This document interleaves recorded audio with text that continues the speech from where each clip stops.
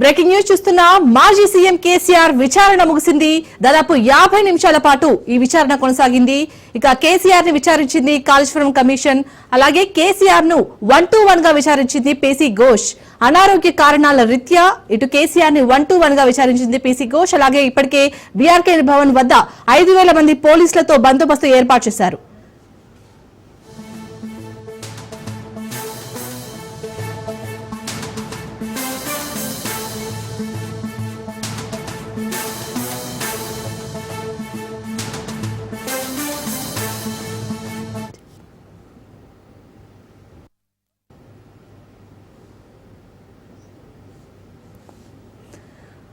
మాజీ సీఎం కేసీఆర్ విచారణ ముగిసింది. దాదాపు 50 నిమిషాల పాటు ఈ విచారణ కొనసాగింది. అలాగే ఇటు కేసీఆర్ ని కాళేశ్వరం కమిషన్ విచారించింది.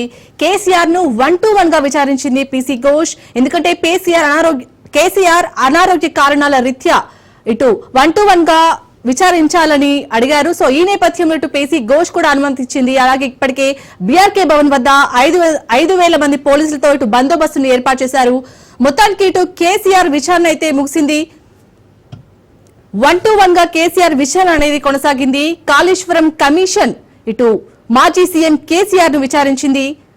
ఇప్పటికే బీఆర్కే భవన్ వద్ద 5,000 మంది పోలీసులతో బందోబస్తును ఏర్పాటు చేశారు.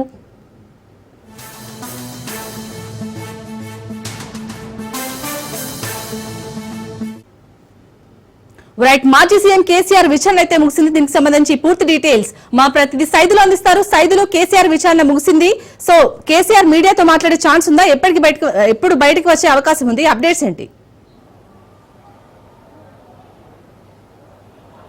శాలిని, కొద్దిసేపటి క్రితమే మాజీ ముఖ్యమంత్రి కేసీఆర్ కాళేశ్వరం కమిషన్ విచారణ ముగిసింది.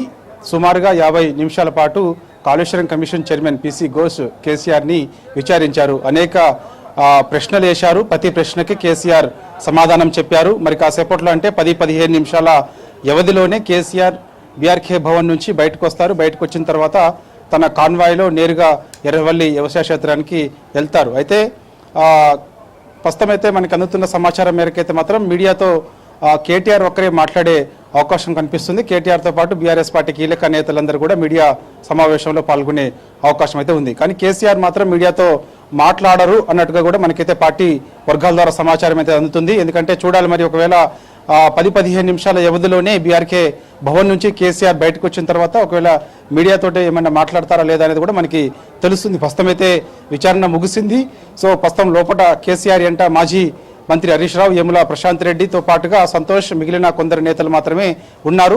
సో సుమారుగా 50 నిమిషాల పాటు Kaleshwaram commission chairman PC Ghosh KCR ని అనేక ప్రశ్నలు అడిగినట్టుగా కూడా మనకైతే తెలుస్తుంది. ముఖ్యంగా ఓపెన్ కోర్టులో కాళేశ్వరం కమిషన్ విచారణ ప్రారంభం కాగానే ఓపెన్ కోర్టులో అనేక మంది మీడియా ప్రతినిధులు కూర్చొని ఉంటారు కాబట్టి వారందరినీ కూడా బయటికి పంపించాలని విజ్ఞప్తి చేశారు కేసీఆర్. దానికి అంగీకరించినటువంటి పీసీ ఘోష్ వెంటనే ఓపెన్ కోర్టులో కూర్చున్న వారందరినీ కూడా బయటికి వెళ్లాల్సిందిగా కూడా ఆయన ఆదేశాలు జారీ చేశారు. వెంటనే ఓపెన్ కోర్టులో ఉన్న వాళ్ళందరూ కూడా బయటికి వెళ్ళిపోయారు. సో ఇక విచారణ ప్రారంభమైంది. విచారణ సమయంలో కొంత భిన్నంగా ఉంది. అంటే గతంలో కాళేశ్వరం కమిషన్ విచారణ నుంచి ఇప్పటి వరకు చూస్తే మాత్రం కేసీఆర్ విచారణ గతంలో వేరే వాళ్ళని విచారించిన విచారణ ఏదైతే ఉందో కంప్లీట్ గా భిన్నంగా ఉందని కూడా మనం చెప్పవచ్చు. కేసీఆర్ ని విచారిస్తున్న సమయంలో Kaleshwaram commission chairman PC Ghosh, ఆతో పాటుగా రైటరు, అదేవిధంగా ప్రొజెక్టర్ని ఆన్ చేసే పర్సన్, మొత్తం 4 మాత్రమే లోపల రూమ్లో కూర్చున్నారు. మిగిలిన వారందరినీ కూడా బయటికి పంపించారు. గతంలో ఈ విధంగా లేకపోతుండే. అందరూ ఓపెన్ కోర్టులోనే మీడియా ప్రతినిధులందరూ కూడా కూర్చునేవారు. అనేక మంది, కొంతమంది ఇంట్రెస్ట్ ఉన్నవారు, చూసేందుకు ఆసక్తిగా ఉన్న వారందరూ కూడా లోపలికి వచ్చి కూర్చునేది. చైర్స్ సరిపోయేంత వరకు కూర్చునేది. మిగిలిన వాళ్ళు ఇక బయటికి వెళ్ళిపోవాల్సి ఉండే. కానీ ఇప్పుడు కమిషన్ విచారణ భిన్నంగా కేసీఆర్ది జరిగింది కాబట్టి అనేక ప్రశ్నలు అడిగినట్టుగా కూడా మనకైతే సమాచారం అందుతుంది. ప్రతి ప్రశ్నకు కూడా కేసీఆర్ చాలా స్పష్టంగా ఆధారాలతో కూడినటువంటి అన్ని కూడా కమిషన్ ముందు కేసీఆర్ చెప్పినట్టు కూడా మనకైతే సమాచారం. ముఖ్యంగా మేడిగడ్డ దగ్గర ఎందుకు ఈ యొక్క ప్రాజెక్టు నిర్మించాల్సి వచ్చిందనే విషయాన్ని కమిషన్ మొదటి ప్రశ్న కేసీఆర్ని అడిగినప్పుడు అక్కడ నీళ్లున్నాయి, ఆ నీళ్లున్నట్టుగా కూడా మాకు యాప్కోస్ సంస్థ సూచన చేసింది, అందుకు మేము అక్కడ బ్యారేజ్ నిర్మించామని చెప్పినట్టుగా కూడా తెలుస్తుంది. దీంతో పాటుగా ఎంత ఖర్చు అయింది, అసలు కాళేశ్వరం ప్రాజెక్టుకు సంబంధించి ఎంత ఖర్చు అయింది, ఎందుకు అంత ఖర్చు చేయాల్సిన అవసరం వచ్చింది, సో అంత ఖర్చు చేసినటువంటి ప్రాజెక్టు ప్రపంచంలోనే అతిపెద్ద లిఫ్ట్ ఇరిగేషన్ ప్రాజెక్ట్ అని మీరు చెప్తున్నారు కదా, మరి ఎంత ఆయకట్టు వరకు నీళ్ళు ఇచ్చారు ఏంటి అనే ప్రశ్నలు కూడా కేసీఆర్ ని కమిషన్ అడిగినట్టుగా కూడా మనకైతే సమాచారం అందుతుంది. సో దానిలో భాగంగా ప్రతి ప్రశ్న కూడా ఆయన ప్రస్తుతం కాళేశ్వరం ప్రాజెక్టు నిర్మించిన తర్వాత నూతన ఆయకట్టు తెలంగాణలో ఎంతవరకు వచ్చింది, ఎన్ని ఎకరాలకు నీళ్ళు ఇచ్చాము, ఎంత సాగు జరిగింది, దాంతో పాటుగా ఎంత వరి ధాన్యం ఉత్పత్తి అయింది అనేది కూడా ఆధారాలతో సహా కేసీఆర్ చెప్పినట్టుగా కూడా మనకైతే సమాచారం అందుతుంది. దాంతో పాటుగా ఇక చూడాలి మిగిలిన ప్రశ్నలు, ముఖ్యంగా కాళేశ్వరం ప్రాజెక్టు నిర్మించేటప్పుడు కేబినెట్ ఆమోదం ఉందా లేదా అని కూడా ఆ కమిషన్ కేసీఆర్ అడిగినట్టుగా కూడా తెలుస్తుంది. కేబినెట్ ఆమోదం ఉంది అని చెప్పినట్టుగా కూడా తెలుస్తుంది. దాంతోపాటు ఎందుకు ప్రత్యేక ఒక కార్పొరేషన్ ఏర్పాటు చేశారు, కాళేశ్వరం ప్రాజెక్టు నిర్మించే సమయంలో ప్రత్యేకించి కాళేశ్వరం కార్పొరేషన్ ఎందుకు ఏర్పాటు చేయాల్సి వచ్చింది, దానికి నిధులు ఏ విధంగా చెల్లింపులు జరిగాయనే ప్రశ్న కూడా కమిషన్ కేసీఆర్ అడిగినట్టుగా కూడా తెలుస్తుంది. సో అందుకు అతిపెద్ద ప్రాజెక్టు కాబట్టి, ప్రపంచంలోనే అతిపెద్ద లిఫ్ట్ ఇరిగేషన్ ప్రాజెక్టు కాబట్టి అందుకు ఒక కమిషన్ ఏర్పాటు చేయాల్సి వచ్చింది, కార్పొరేషన్ ఏర్పాటు చేయాల్సి వచ్చింది. ఆ కాళేశ్వరం కార్పొరేషన్కి ఆర్థిక శాఖ నుంచి డబ్బులు విడుదల చేశామని కూడా సమాధానం చెప్పినట్టు కూడా మనకు సమాచారం. దీంతో పాటుగా అన్నారం, సుందిల్లా, మేడిగడ్డ బ్యారేజీలకు సంబంధించి ఎంత వరకు నీటి నిల్వ సామర్థ్యం ఉంటుందన్న ప్రశ్నకి 141 టీఎంసీల నీటి నిల్వ సామర్థ్యం ఈ యొక్క 3 బ్యారేజీలలో ఉంటుందని కూడా కేసీఆర్ జవాబు చెప్పినట్టు కూడా మనకైతే సమాచారం. దాంతో పాటుగా మేడిగడ్డ బ్యారేజీలో భాగంగా 2 పియర్స్ కుంగినప్పుడు ఎందుకు ఆ 2 పియర్స్ అతి తక్కువ సమయంలోనే కుంగాల్సి వచ్చిందని కమిషన్ కేసీఆర్ అడిగినప్పుడు అది నిపుణులకు సంబంధించినటువంటి ప్రశ్న, అది ఇంజనీరింగ్ సంబంధించినటువంటి ప్రశ్న. ఇంజనీరింగ్స్ మాత్రమే మేము వాళ్ళు చెప్పిన సలహా, మేము ఆదేశాలు ఇస్తామో వాళ్ళు పాటించాల్సి ఉంటుంది తప్ప అది మాకు ఎక్కడ సంబంధం ఉండదని కూడా కేసీఆర్ చెప్పినట్టు కూడా సమాచారం. ఇంకోటి ఏంటంటే ఆ యొక్క బ్యారేజ్ నిర్మించినప్పుడు ఆ యొక్క పియర్స్ కుంగినప్పుడు ఆ నిర్మాణ సంస్థ ఏదైతే ఉందో అది తిరిగి రిపేర్ చేసేందుకు కూడా ముందుకొచ్చింది. కానీ కాంగ్రెస్ పార్టీ అధికారంలోకి వచ్చిన తర్వాత అది రిపేర్ చేయకుండా కొంత నిర్లక్ష్యం చేసినట్టుగా కూడా చెప్పారు. అంటే కమిషన్ ముందు కేసీఆర్ చెప్పినట్టు కూడా సమాచారం. అంతేవిధంగా కాళేశ్వరం ప్రాజెక్టు నిపుల ప్రాజెక్ట్ అని పెద్ద ఎత్తున ప్రజల్లోకి కాంగ్రెస్ పార్టీ తీసుకెళ్లింది. అది పూర్తిగా అవాస్తవం. కాళేశ్వరం ప్రాజెక్టు నిర్మించిన తర్వాత చాలా పెద్ద మొత్తంలో కొత్త ఆయకట్టుకు నీరిచ్చాము, కొన్ని లక్షల ఎకరాలకు నీరిచ్చామని చెప్పేసి కూడా కేసీఆర్ చెప్పినట్టు కూడా తెలుస్తుంది. అంటే కాంగ్రెస్ పార్టీ ఏ విధంగా అయితే ప్రజల్లోకి కాళేశ్వరం ప్రాజెక్టు నిపుల ప్రాజెక్ట్ అని, కాళేశ్వరం ప్రాజెక్టు కాదు అది కూలేశ్వరం ప్రాజెక్ట్ అని చెప్పేసి ప్రజల్లోకి ఏ విధంగా తీసుకెళ్లిందో ఆ తీసుకెళ్లేటువంటి మాటలన్నిటి కూడా కేసీఆర్ జవాబు చెప్తూ పటాపంచలు చేసినట్టు కూడా మనకైతే సమాచారం అందుతుంది. ఏదేమైనా సరే 50 నిమిషాల పాటు కేసీఆర్ని Kaleshwaram commission chairman PC Ghosh విచారించినప్పుడు దాదాపుగా 20 నుంచి 25 ప్రశ్నలు కేసీఆర్ని అడిగినట్టుగా కూడా మనకైతే సమాచారం అందుతుంది. ప్రతి ప్రశ్నకు కూడా ఆధారాలతో సహా, అంటే ఏంటి, కేంద్రం నుంచి తీసుకున్నటువంటి అనుమతులు ఏ విధంగా ఉన్నాయి, ఆ అనుమతులన్నీ కూడా ఎప్పుడు తీసుకున్నాము ఏంటి, దాంతో పాటుగా అప్పుడు మహారాష్ట్ర ప్రభుత్వంతో చేసుకున్నటువంటి ఒప్పందం ఏంటి, అప్పుడు మహారాష్ట్ర ముఖ్యమంత్రి ఫడ్నవీస్ ఉన్నారు కాబట్టి ఆ ఫడ్నవీస్ తోటి చేసుకున్నటువంటి ఒప్పందం ఏంటి, ఇవన్నీ కూడా ఆధారాలు సంతకాలతో కూడినటువంటి అన్ని కూడా కమిషన్ ముందు కేసీఆర్ చూపించి జవాబు చెప్పినట్టుగా కూడా తెలుస్తుంది. కాబట్టి చూడాలి, ఇక దాదాపుగా కాళేశ్వరం కమిషన్ విచారణ దాదాపుగా పూర్తయినట్టే. సో మొత్తం ఈ యొక్క కాళేశ్వరం ప్రాజెక్టులో దాదాపుగా అందులో పనిచేసినటువంటి ఇంజనీర్స్ని, అదేవిధంగా అప్పుడు ఫైనాన్స్ మినిస్టర్గా పనిచేసినటువంటి ఈటెల రాజేందర్ని, అప్పుడు ఇరిగేషన్ శాఖ మంత్రిగా పనిచేసినటువంటి హరీష్ రావుని, అప్పుడు ముఖ్యమంత్రిగా ఉన్నటువంటి కేసీఆర్ని దాదాపుగా మొత్తం అందరినీ కూడా విచారించింది. కాబట్టి ఇక నివేదిక అంతా కూడా కమిషన్ నివేదిక అంతా కూడా సిద్ధం చేసి ప్రభుత్వానికి ఇవ్వనుంది. చూడాలి మరి అందులో ఏ అంశాలు కమిషన్ పేర్కొంటుంది, ఏ అంశాలు చెప్తుంది అనేది కూడా మనకి తర్వాత తెలుస్తుంది. ప్రభుత్వం బయట పెడితే తప్ప బయటికి రాదు. సో ప్రస్తుతానికైతే మాత్రం కమిషన్ ముందు మాత్రం కేసీఆర్ అనేక ప్రశ్నలకు ప్రతి ప్రశ్నకు కూడా జవాబు చెప్పి ఈ యొక్క దుష్ప్రచారం ఏ విధంగా కాంగ్రెస్ పార్టీ బయట చేసిందో కాళేశ్వరం ప్రాజెక్టుకు సంబంధించి వాటన్నిటిని కూడా పటాపంచలు చేస్తూ ప్రతి ప్రశ్నకు కూడా ఆయన ఆధారాలతో సహా సమాధానం చెప్పినట్టుగా కూడా మనకైతే సమాచారం అందుతుంది. దాదాపుగా 50 నిమిషాల పాటు కేసీఆర్ ని Kaleshwaram commission chairman PC Ghosh విచారించారు. మరో 10-15 నిమిషాల వ్యవధిలోనే కేసీఆర్ బయటకు వస్తారు. బయటకు వచ్చిన తర్వాత కమిషన్ విచారణలో ఇటు సీఎం కేసీఆర్ ది అయితే ముగిసింది. సో విచారణ అనంతరం మాజీ సీఎం కేసీఆర్ బయటకు వెళ్తున్నారు. మనం ఆ దృశ్యాలు చూస్తున్నాం. దాదాపు 50 నిమిషాల పాటు ఈ విచారణ అనేది కొనసాగింది. అక్కడ ప్రజలకు అలాగే కార్యకర్తలు ఉన్న వాళ్ళందరికీ అభివాదం చేస్తూ మాజీ సీఎం కేసీఆర్ కాన్వాయ్ ఎక్కారు, మనం చూసాం. సో విచారణ అయితే ముగిసింది. దాదాపు 50 నిమిషాల పాటు ఈ విచారణ అనేది కొనసాగింది. సో 1-to-1 గా కేసీఆర్ విచారణ అనేది సాగింది.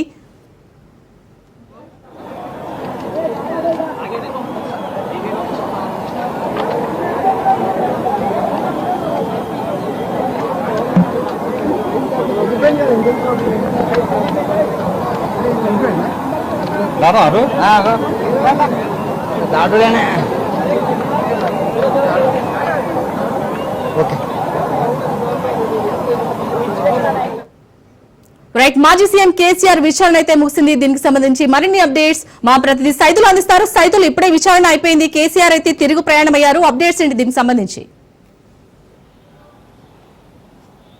సైదులు. ఎస్ శాలిని, బీఆర్కే భవన్ నుంచి కేసీఆర్ బయటకు వెళ్లారు. శాలిని కేసీఆర్ విచారణ ముగిసింది. ఆయన బీఆర్కే భవన్ నుంచి నేరుగా బంజారాహిల్స్ లో ఉన్నటువంటి నందినగర్ నివాసానికి వెళ్ళిపోతున్నారు. ప్రస్తుతం అక్కడ మిగిలిన కొందరు బీఆర్ఎస్ పార్టీ కీలక నేతలతో ఆయన మరోసారి భేటీ అయ్యే అవకాశం కూడా కనిపిస్తుంది. కేసీఆర్ కాళేశ్వరం కమిషన్ కి విచారణకి హాజరవుతున్న నేపథ్యంలో పెద్ద ఎత్తున బీఆర్ఎస్ శ్రేణులందరూ కూడా బీఆర్కే భవన్ వద్దకు చేరుకున్నారు. వారందరూ కూడా కేసీఆర్ విచారణ పూర్తయ్యేంత వరకు కూడా అక్కడే ఉన్నారు. వారందరికీ కూడా కేసీఆర్ అభివాదం చేస్తూ రెండు సింబల్స్ కూడా విక్టరీ సింబల్స్ చూపిస్తూ అభివాదం చేసుకుంటూ బీఆర్ఎస్ పార్టీ శ్రేణులకు అభివాదం చేసుకుంటూ కూడా ఆయన కాన్వాయ్ ముందుకు సాగుతుంది. దాదాపుగా 20 వెహికల్స్ తోటి కేసీఆర్ ఈరోజు ఉదయం 8 గంటలకు ఎర్రవల్లి వ్యవసాయ క్షేత్రం నుంచి ఆయన బీఆర్కే భవన్కి బయలుదేరి విచారణకు వచ్చారు. దానిలో భాగంగా ఆయన యాక్చువల్గా అధికారికంగా 11:30 నేను విచారణకు హాజరవుతానని చెప్పినప్పటికి కూడా ఒక 30 నిమిషాల ముందే అంటే 11 గంటలకే ఈరోజు కాళేశ్వరం కమిషన్ విచారణకు బీఆర్కే భవన్కి కేసీఆర్ వచ్చారు. వచ్చిన తర్వాత 11:20 పీసీ ఘోష్ తోటి ఆయన ఫేస్ టు ఫేస్ కొద్దిసేపు మాట్లాడారు. అనారోగ్య కారణంగా కొన్ని సమస్యలు కేసీఆర్ పీసీ ఘోష్కి చెప్పుకున్నట్టుగా కూడా మనకైతే సమాచారం అందింది ఫస్ట్ వాస్తవంగా. సో దాదాపుగా 50 నిమిషాల పాటు Kaleshwaram commission chairman PC Ghosh KCR విచారించారు. అయితే విచారిస్తున్న సమయంలో కొన్ని అభ్యంతరాలు కేసీఆర్ చెప్పారు. ముఖ్యంగా ఓపెన్ కోర్టులో విచారణ ఉంటుంది కాబట్టి, సో అందరూ కూడా ఓపెన్ కోర్టులో చాలా మంది కూర్చొని ఉంటారు కాబట్టి సగం మీడియా ప్రతినిధులే ఉంటారు కాబట్టి వీరందరినీ కూడా బయటికి పంపించాలని విజ్ఞప్తి చేశారు కేసీఆర్. ఆ విజ్ఞప్తిని కమిషన్ చైర్మన్ పీసీ ఘోష్ అంగీకరించారు. వెంటనే ఓపెన్ కోర్టులో ఎంతమంది కూర్చున్నారో వారందరినీ కూడా బయటికి వెళ్లాల్సిందిగా ఆయన ఆదేశాలు జారీ చేశారు. వెంటనే వారందరూ కూడా బయటికి వెళ్ళిపోయారు. సో గతంలో విచారణకి కేసీఆర్ విచారణకి కంప్లీట్గా భిన్నంగా ఈసారి జరిగిందని కూడా మనం చెప్పవచ్చు. ఎందుకంటే గతంలో అందరినీ కూడా ఓపెన్ కోర్టులోనే విచారించారు. కానీ ఈసారి కేసీఆర్ని కాళేశ్వరం కమిషన్ విచారించినప్పుడు మాత్రం భిన్నంగా విచారించినట్టుగా కూడా మనం చెప్పవచ్చు. కానీ కేసీఆర్ రాజకీయ జీవితంలో ఒక మాజీ ముఖ్యమంత్రి హోదాలో ఆయన తొలిసారి ఒక కమిషన్ విచారణకి హాజరయ్యారని కూడా మనం చెప్పవచ్చు. ఎందుకంటే గతంలో చూసిన సందర్భాలు ఎక్కడ ఎన్టీఆర్ గతంలోనే మాజీ ముఖ్యమంత్రి స్థాయిలో ఒక కేసు విషయంలో విచారణకు హాజరైన తర్వాత ఇప్పుడు మన ఉమ్మడి ఆంధ్రప్రదేశ్లో ఎన్టీఆర్ హాజరైతే ప్రత్యేక తెలంగాణ రాష్ట్రం ఏర్పడిన తర్వాత తెలంగాణ రాష్ట్ర తొలి ముఖ్యమంత్రిగా కేసీఆర్ తొలిసారి కాళేశ్వరం విచారణకి హాజరయ్యారు. కాబట్టి కాళేశ్వరం ఆవశ్యకత గొప్పతనం గురించి కూడా కేసీఆర్ కమిషన్ ముందు చెప్పారు. ముఖ్యంగా కాళేశ్వరం ప్రాజెక్టు గొప్పతనం ఏంటో కూడా కమిషన్ ముందు అనేక జవాబులు చెప్పినట్టు కూడా తెలుస్తుంది. అంటే కాళేశ్వరం ప్రాజెక్టు నిర్మించిన తర్వాత తెలంగాణ ఏ విధంగా సస్యశ్యామలంగా మారింది, గతంలో ఏ విధంగా తెలంగాణ సిచ్యువేషన్ ఉండేదనేది కూడా కమిషన్కి చెప్పినట్టు కూడా మనకైతే సమాచారం. ఏదేమైనా సరే 50 నిమిషాల పాటు Kaleshwaram commission chairman PC Ghosh KCR విచారిస్తున్న సమయంలో ప్రతి ప్రశ్నకు కూడా ఆయన సమాధానం చెప్పారు. బయట ఏ విధంగా అయితే స్పెక్యులేషన్స్ జరిగిందో, అంటే కాంగ్రెస్ పార్టీ అధికారంలోకి వచ్చిన తర్వాత కాళేశ్వరం ప్రాజెక్టుని ఏ విధంగా ప్రజల్లోకి ఒక విఫల ప్రాజెక్టుగా తీసుకెళ్లిందో దాన్ని పటాపంచలు చేస్తూ కమిషన్ ముందు కేసీఆర్ అనేక జవాబులు చెప్పినట్టుగా కూడా మనకైతే సమాచారం అందుతుంది. ఎందుకంటే ఎక్కడ కూడా ఇలాంటి ప్రాజెక్ట్ నిర్మించలేదు. ప్రపంచంలో ఎక్కడ కూడా ఇంత పెద్ద లిఫ్ట్ ఇరిగేషన్ ప్రాజెక్టు ఏ రాష్ట్రంలో కూడా ఏ దేశంలో కూడా నిర్మించలేదు. కానీ తెలంగాణలో నిర్మించాము, అందుకు దానికి అంత ఖర్చు చేయాల్సిన అవసరం వచ్చిందని చెప్పేసి కూడా చెప్పినట్టు కూడా మనకైతే సమాచారం. ముఖ్యంగా కాళేశ్వరం కమిషన్ ముందు కేసీఆర్ హాజరైనప్పుడు మేడిగడ్డ దగ్గర ప్రధాన ప్రశ్న ఏంటంటే తుమ్మిడిహట్టి దగ్గర ఎందుకు ఈ యొక్క ప్రాజెక్ట్ని నిర్మించలేదు, ఎందుకు మేడిగడ్డ దగ్గర నిర్మించాల్సి వచ్చింది అనే ప్రశ్నకు మాత్రం ఖచ్చితంగా ఆయన ఒకటే సమాధానం చెప్పినట్టుగా కూడా మనకైతే సమాచారం. ముఖ్యంగా కేంద్ర ప్రభుత్వ ఆధీనంలో ఉండే సంస్థ యాప్కోస్ సంస్థ ఏదైతే ఉందో యాప్కోస్ సంస్థ చెప్పిన సూచనల మేరకే మేడిగడ్డ దగ్గర బ్యారేజ్ కట్టాము తప్ప అక్కడ నీళ్లున్నాయని యాప్కోస్ సంస్థ చెప్పింది. ఆ సూచన మేరకే అక్కడ మేము బ్యారేజ్ నిర్మించామనేది కూడా కమిషన్ ముందు కేసీఆర్ చెప్పినట్టుగా కూడా సమాచారం. ఆ బ్యారేజ్ నిర్మించిన తర్వాత మేడిగడ్డ బ్యారేజ్ నిర్మించిన తర్వాత ఎంత పెద్ద మొత్తంలో హైకట్టు వచ్చింది, దాని తర్వాత మేడిగడ్డ నుంచి ఏ విధంగా మేము సాగునీళ్ళు అందించాము, దాని తర్వాత అన్నారానికి ఏ విధంగా నీళ్ళు తీసుకెళ్ళాము లిఫ్ట్ ద్వారాగా, దాని తర్వాత అన్నారం నుంచి సుందీళ్ళకి ఏ విధంగా లిఫ్ట్ ద్వారాగా నీళ్లు తీసుకెళ్ళాము, ఆ 3 బ్యారేజీల నుంచి ఎన్ని టీఎంసీల వరకు నీటిని మేము గోదావరి నీటిని వాడుకున్నాము. సో ఆ నీటిని వాడుకోవడం వల్ల ఉపయోగం ఏ విధంగా జరిగింది, ఇవాళ రంగనాయక సార్ కానీ మల్లన్న సాగర్ కానీ అదేవిధంగా గంధమల్ల ప్రాజెక్టు కానీ అదేవిధంగా మూసి సుందరీకరణ చేస్తామంటున్నారు, దానికి కూడా మల్లన్న సాగర్ నుంచి ఆ నీళ్లు తీసుకొస్తామని చెప్పేసి ప్రభుత్వం చెప్తుంది. కాబట్టి ఆ నీళ్ళన్నీ కూడా గోదావరి నీళ్ళు అని చెప్పేసి కూడా కేసీఆర్ కమిషన్ ముందు చెప్పినట్టు కూడా సమాచారం అందుతుంది. ఏదేమైనా సరే కాంగ్రెస్ పార్టీ ఏ విధంగా అయితే కాళేశ్వరం ప్రాజెక్టును ఒక తప్పుడు ప్రచారం చేసిందో ఆ ప్రచారాన్ని తిప్పికొడుతూ పటాపంచలు చేస్తూ కేసీఆర్ ఈరోజు తొలిసారిగా మాజీ ముఖ్యమంత్రి స్థాయి హోదాలో ఆయన కమిషన్ ముందు హాజరయ్యి ప్రతి ప్రశ్నకు కూడా ఆయన సమాధానం చెప్పినట్టుగా కూడా తెలుస్తుంది. అయితే 20 నిమిషాలు తర్వాత ఆయన కొన్ని వాటర్ కావాలని అడిగినప్పుడు వెంటనే కమిషన్ చైర్మన్ పీసీ ఘోష్ కూడా వెంటనే వాటర్ తెచ్చి ఇవ్వాల్సిందిగా ఆదేశాలు ఇవ్వడంతో ఒక వార్డ్ బాయ్ కూడా అందులో వెంటనే వాటర్ తీసుకొచ్చి కేసీఆర్కి ఇచ్చినట్టు కూడా తెలుస్తుంది. తర్వాత వెంటనే విచారణ కంటిన్యూగా సాగింది. సో దాదాపుగా 50 నిమిషాల పాటు కూడా కేసీఆర్ విచారణ సాగింది. కాబట్టి 50 నిమిషాల పాటు ప్రతి ప్రశ్నకు కూడా ఆయన క్లుప్తంగా చాలా స్పష్టంగా కూడా ఆయన కమిషన్ ముందు చెప్పినట్టు కూడా మనకైతే సమాచారం. ఏదేమైనా సరే ఈ యొక్క కమిషన్ విచారణ ఏదైతే ఉందో దాదాపుగా కేసీఆర్ విచారించింది కాబట్టి దాదాపుగా పూర్తయినట్టు కూడా మనం చెప్పవచ్చు. శాలిని రైట్ సైదులు, మరి అలాగే ఈ రోజు అయితే ఇటు మాజీ సీఎం కేసీఆర్ విచారణ ముగిసింది. మరి దీంతో అయినా ఇటు కాళేశ్వరం కమిషన్ విచారణ తుది అంకానికి చేరింది అనుకోవచ్చు. ఎందుకంటే మనం మార్నింగ్ చూసినట్టయితే కాళేశ్వరం ప్రాజెక్టులో ఎవరైతే పనిచేశారో అధికారి వారి ఇంట్లో కూడా రైట్స్ జరగా ఈ రోజు కేసీఆర్ విచారణ అయిపోయింది. సో ఎలా చూడాలి వీటన్నింటినీ? ఖచ్చితంగా దాదాపుగా కాళేశ్వరం కమిషన్ కేసీఆర్ని విచారించిన తర్వాత దాదాపుగా పూర్తయినట్టు కూడా మనం చెప్పవచ్చు. ఒక నివేదిక సిద్ధం చేస్తే మరి ప్రభుత్వానికి ఇస్తుంది, చూడాలి మరి ప్రభుత్వం దాన్ని బయట పెడుతుందా లేదా అనేది కూడా మనకు తెలియాల్సి ఉంటుంది. ప్రస్తుతం అయితే మాత్రం కాళేశ్వరం కమిషన్ విచారణ దాదాపుగా పూర్తయినట్టే అని కూడా మనం చెప్పవచ్చు. ఎందుకంటే అప్పుడు ముఖ్యమంత్రి కేసీఆర్ని విచారిస్తే దాదాపుగా పూర్తి అవుతుందని చెప్పేసి కూడా కమిషన్ చెప్పింది కాబట్టి సో అదే ఈ రోజు జరిగింది. ఈ రోజు కేసీఆర్ని 50 నిమిషాల పాటు కమిషన్ విచారించింది కాబట్టి దాదాపుగా ఇక పూర్తయినట్టే. సో ఇప్పుడు మరి కాసేపట్లో కేసీఆర్ని అడిగినటువంటి ప్రశ్నలు ఏంటి, కేసీఆర్ ఏ విధంగా కమిషన్ సమాధానాలు చెప్పారనే విషయాన్ని కూడా మరి కాసేపట్లో బీఆర్ఎస్ వర్కింగ్ ప్రెసిడెంట్ కేటీఆర్ మీడియాతో మాట్లాడతారు. మీడియాతో మాట్లాడిన తర్వాత అనేక అంశాలు కూడా మనకి తెలిసే అవకాశం ఉంటుంది. Shalini right, thank you Saidulu. 3,000 కోట్ల రూపాయలతో ధరల స్థిరీకరణ నిధి తీసుకొచ్చి ఏకంగా 5 సంవత్సరాల కాలంలో 7,500 కోట్ల రూపాయలు ఖర్చు చేసి మార్కెట్లో కొనుగోళ్లు చేసి మార్కెట్లో పోటీతనాన్ని పెంచి రైతులకు గిట్టుబాటు ధరలు వచ్చేట్టుగా మా ప్రభుత్వ హయాంలో 7,800 కోట్ల రూపాయలు ఖర్చు చేసి రైతులను ఆదుకున్న పరిస్థితి మాది. అయితే కేంద్రం ప్రకటించిన పంటలకే కాకుండా మిరప, పసుపు, ఉల్లి, చిరుధాన్యాలు, అరటి, బత్తాయి, టొమాటో వంటి పంటలకు సైతం ఎంఎస్పీని ప్రకటించి రాష్ట్ర ప్రభుత్వమే దాన్ని ఆర్బీకేలలో దాన్ని పోస్టర్లు వేసి పెట్టి ఆర్బీకేలలోనే అక్కడే పనిచేస్తా ఉన్న అగ్రికల్చరల్ గ్రాడ్యుయేట్ ఆర్బీకేలో అక్కడే కూర్చోబెట్టి ఆ పంటలకు సంబంధించిన రేట్లు వెంటనే అప్డేట్ చేసేవాళ్ళు. ఏ పంటకైనా కూడా గిట్టుబాటు ధర రాని పరిస్థితి ఎక్కడైనా ఉంటే వెంటనే ప్రభుత్వం ఇన్వాల్వ్ అయ్యేది. జాయింట్ కలెక్టర్లు అందరూ కూడా మార్క్ఫెడ్కు వీళ్ళందరూ కూడా జాయింట్ ఎండీలుగా వీళ్ళందరినీ కూడా నమోదు చేశారు. వెంటనే మార్కెటింగ్ శాఖ ఇన్వాల్వ్ అయ్యి జాయింట్ కలెక్టర్ల ఆధ్వర్యంలో పంటలు కొనుగోలు చేసే పరిస్థితి. ఈరోజు అవన్నీ కూడా గాలికి ఎగిరిపోయిన పరిస్థితుల మధ్య ఈరోజు రాష్ట్రంలో వ్యవసాయం జరుగుతూ ఉంది. ఈరోజు ఈ పొగాకు పంటే తీసుకుంటే ఈ చంద్రబాబు నాయుడు గారి ప్రభుత్వం రాక మునుపు అంటే మా ప్రభుత్వం చివరి సంవత్సరంలో కూడా పొగాకు పంటకు సంబంధించి 2023-24 అంటే మా ప్రభుత్వ హయాంలో కేజీ 366 రూపాయలు అంటే గత సంవత్సరం కేజీ 366 రూపాయలు అంటే 36,000 రూపాయలకు KG tobacco KG Virginia tobacco అమ్ముడుపోయింది. గత సంవత్సరం హైగ్రేడ్ 36,000 రూపాయలు క్వింటాల్కి అమ్ముడుపోతే లో గ్రేడ్ కూడా 24,000 రూపాయలకు తగ్గకుండా క్వింటాలకు గత సంవత్సరం అమ్ముడుపోయిన పరిస్థితుల మధ్య ఈరోజు పరిస్థితి ఏమిటి అని చెప్పి ఒక్కసారి మనమే వెళ్ళి చూసాం. ఈరోజు కాస్తో కూస్తో జగన్ వస్తున్నాడు కాబట్టి అని చెప్పి కాస్తో కూస్తో వీరంతా కూడా సిండికేట్ కింద ఫామ్ అయి కాస్తో కూస్తో 100 రేట్లు పెంచే ప్రయత్నం చేశారు. జగన్ వస్తున్నాడు కదా, మళ్ళీ జగన్ ఎక్కడ మాట్లాడుతూ పడతా ఉన్న అవస్థలు ఎలా ఉన్నాయి అంటే రాష్ట్రంలో రైతులు ఇవాళ పట్టించుకునే పరిస్థితిలో ప్రభుత్వం లేని కారణంగా రైతులు ఆత్మహత్యలు చేసుకుంటా ఉన్న పరిస్థితులు మన రాష్ట్రంలో కనిపిస్తా ఉన్నాయి. ఈరోజు ఈ సీజన్లోనే ఈ జిల్లాలోనే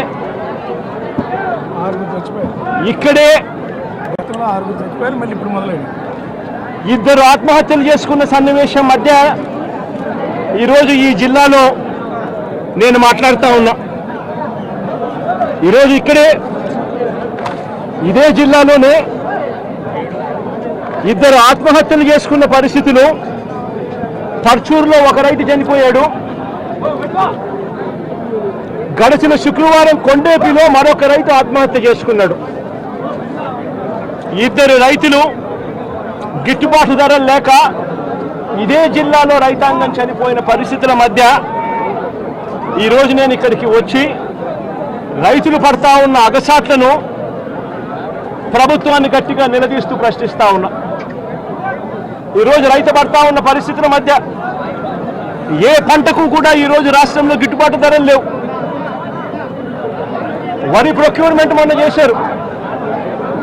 ఏ రైతుకైనా కూడా ఏ రైతును తీసుకున్నా కూడా కనీసం 300 రూపాయల నష్టానికి రైతు ఎంఎస్పీ కన్నా తక్కువ రేటుకు అమ్ముకోవాల్సిన పరిస్థితిలో ధాన్యాన్ని రాష్ట్ర ప్రభుత్వం కొనుగోలు చేసింది. వరి దగ్గర నుంచి మొదలు పెడితే మిరప, పత్తి, జొన్న, కందులు, మినుములు, పెసలు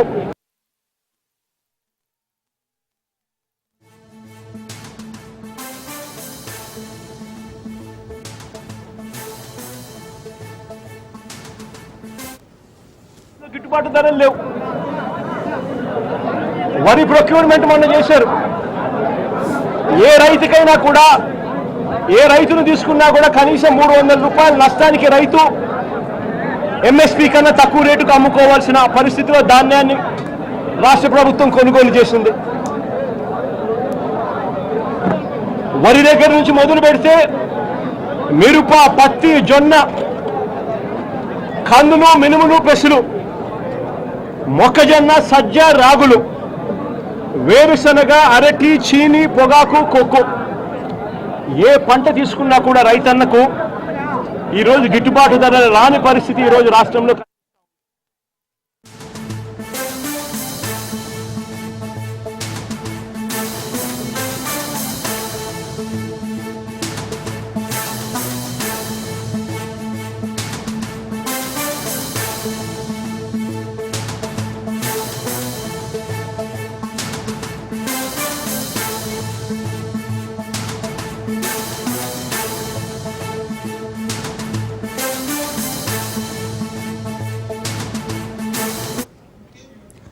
ప్రకాశం జిల్లా పొదిలిలో జగన్ కు నిరసన సెగ తగిలింది. పొదిలి పొగాకు వేలం కేంద్రానికి జగన్ రాగా మహిళలు నల్ల బెలూన్లు, ప్లకార్డులు ప్రదర్శించారు. మహిళలకు బహిరంగ క్షమాపణ చెప్పాలని డిమాండ్ చేశారు. జగన్ గో బ్యాక్ అంటూ నినాదాలు చేశారు. ఈ క్రమంలో టీడీపీ, వైసీపీ కార్యకర్తల మధ్య వాగ్వాదం జరిగింది. అటు జగన్ కాన్వాయ్ పై ఓ దుండగుడు చెప్పు విసరగా దర్శి డీఎస్పీపై ఆ చెప్పు పడింది. ఇక జగన్ రాకవేళ ఆందోళనకు దిగిన నిరసనకారులను పోలీసులు చెదరగొట్టారు.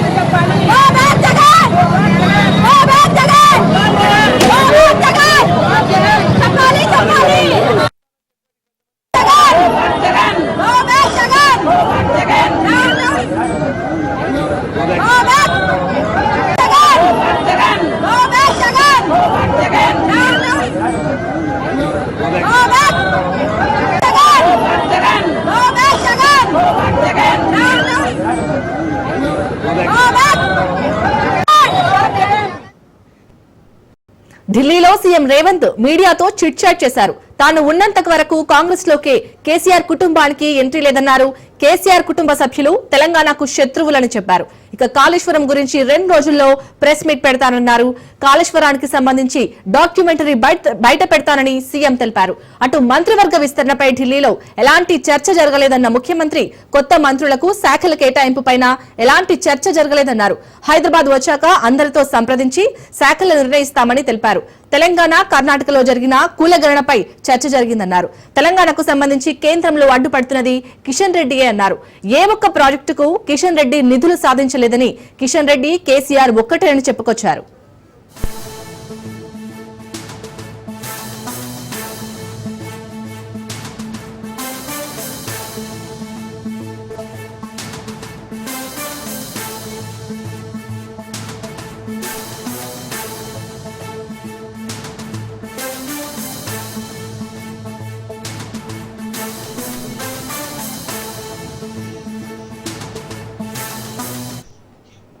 రైట్, సీఎం రేవంత్ రెడ్డి చేసిన వ్యాఖ్యలకు సంబంధించి పూర్తి డీటెయిల్స్ మా ప్రతినిధి రాజు అందిస్తారు. రాజు, మొత్తానికి ఢిల్లీ టూర్ లోనైతే ఇటు కొత్త మంత్రులకు శాఖలు కేటాయిస్తారనేది అంటే తెలుస్తుందని మనం అనుకున్నాం, బట్ అవేవి చర్చ జరగదని చెప్తున్నారు ఇటు రేవంత్. అప్డేట్స్ ఏంటి?